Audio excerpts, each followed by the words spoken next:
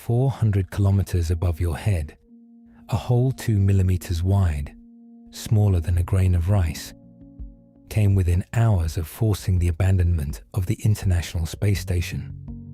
Not from an explosion, not from debris, from something almost too small to see. So how does something that small threaten a station built to survive the vacuum of space? And why, years later, does Roscosmos still refuse to say who put it there? To understand what nearly happened, you have to understand what the ISS actually is. A sealed container, 1 atmosphere inside, nothing but vacuum outside. Flight controllers watch that internal pressure the way a cardiologist watches a heartbeat, because it does not fluctuate for harmless reasons. On the night of August 29, 2018, it fluctuated anyway.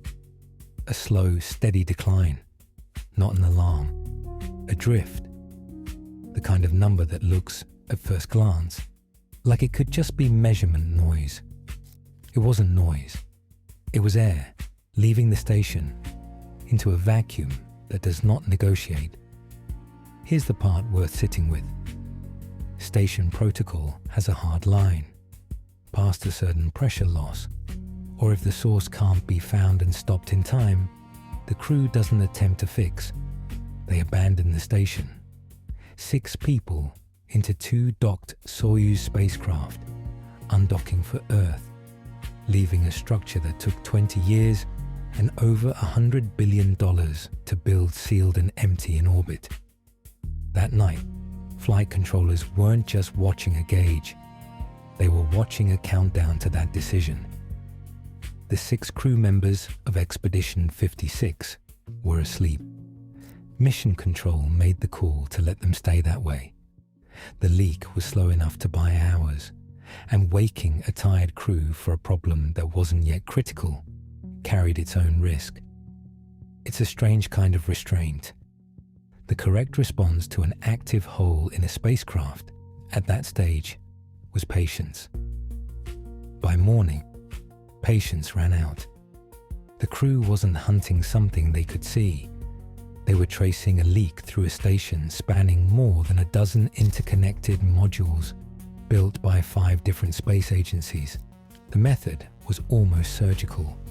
Seal off one module, watch the pressure, rule it out, move to the next. The trail led somewhere unexpected, not to the station itself, but to a spacecraft docked to it. The Soyuz MS-09, which had carried cosmonaut Sergei Prokopyev, NASA astronaut Serena Aunion-Chancellor, and ESA astronaut Alexander Gerst to orbit back in June, was losing air from its orbital module. The forward compartment used for living space, jettisoned before the crew ever returns to Earth. Whatever this was, it didn't threaten the crew's ride home, but it threatened the shared air of everyone still breathing it. What they found was almost anticlimactic in size and unbearable in implication. A hole roughly 2 millimeters across, 0.08 of an inch, narrower than a strand of spaghetti. The photos beamed to the ground didn't show the scarring of a micrometeoroid impact. They showed something worse. Clean edges, a circular bore, drill marks, the unmistakable signature of a tool applied by a human hand from the inside. A spacecraft hull built in a facility with more inspection than almost any object humans manufacture had a hole in it that someone, somewhere along its journey from factory floor to orbit made, and never disclosed. Diagnosing it meant working blind. Inside the station, Earth normal pressure. Outside, as close to true vacuum as humans ever get. That's the entire reason a 2 millimeter gap is dangerous at all. Air isn't gently drawn out of a hole that size. It's driven out, continuously, into a vacuum with no patience of its own. To pinpoint the exact spot, the crew watched how loose fibers and droplets drifted through the cabin, subtly pulled toward the leak by the escaping air. cosmonaut Sergei Prokopyev, working with Oleg Artemyev, sealed it with materials that sound almost absurd for a spacecraft in orbit. Captain tape first, then a piece of gauze soaked in epoxy resin pressed directly into the hole. Ground teams in Moscow topped off the station's air using oxygen from a docked cargo vehicle. Within about 48 hours, the emergency that could have ended the mission was technically over. It wasn't over, not really. Months later, in December, cosmonauts Oleg Kononenko and Prokopyev conducted a spacewalk for one purpose: cut through the exterior insulation and examine the hole from outside, at a point when it was already patched and no longer leaking. That's not effort spent on safety. That's effort spent on an answer. 3 theories emerged, and only one of them survived contact with the evidence. The first was the most comforting. A micrometeoroid strike, random, blameless, the kind of risk every spacecraft accepts just by existing in orbit.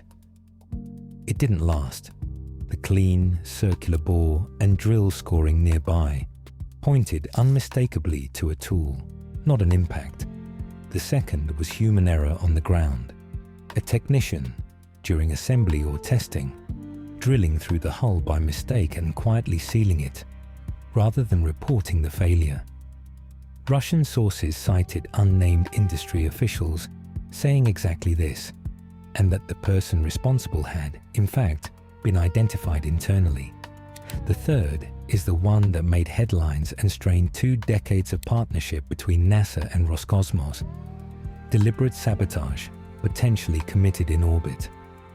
Roscosmos Director General Dmitry Rogozin publicly declined to rule it out. A Russian State Duma deputy went further, suggesting a homesick or psychologically strained crew member might have caused the leak intentionally, hoping to force an early return home. NASA's response was calm, but unambiguous. Officials said the timeline was clear enough to know no American astronaut had been anywhere near the Russian segment when the leak began. Later analysis suggested the drilling pattern was consistent with someone working in zero gravity, without the stability of a fixed surface, meaning the hole was likely made after the spacecraft had already reached orbit, not before it ever launched. And then, silence. In September 2019, Rogozin told a group of students in St. Petersburg that Roscosmos knew exactly what had happened, had collected everything needed to prove it, and would not be sharing it with the public. That silence has never been broken. What remains isn't a solved mystery, it's a documented one. A 2mm hole, a patch of gauze and epoxy that held, 6 people asleep on the other side of a wall that was quietly failing, saved by a sensor doing its job and a crew that knew exactly what to do. It's worth sitting with how little separated that outcome from a very different one. A slower response, a harder to trace leak, a patch that failed on the first try. Any one of those, and this becomes a story about an abandoned station, not a repair.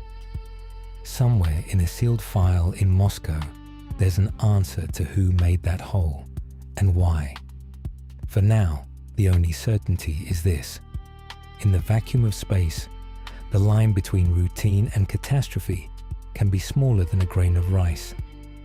And sometimes, the people who know exactly where that line was crossed choose never to say. If you want to understand how close the ISS has come to disaster before and since, subscribe, and I'll keep walking you through the missions where the margin for error nearly ran out. And if you've got your own theory about that hole, I'd genuinely like to hear it in the comments below.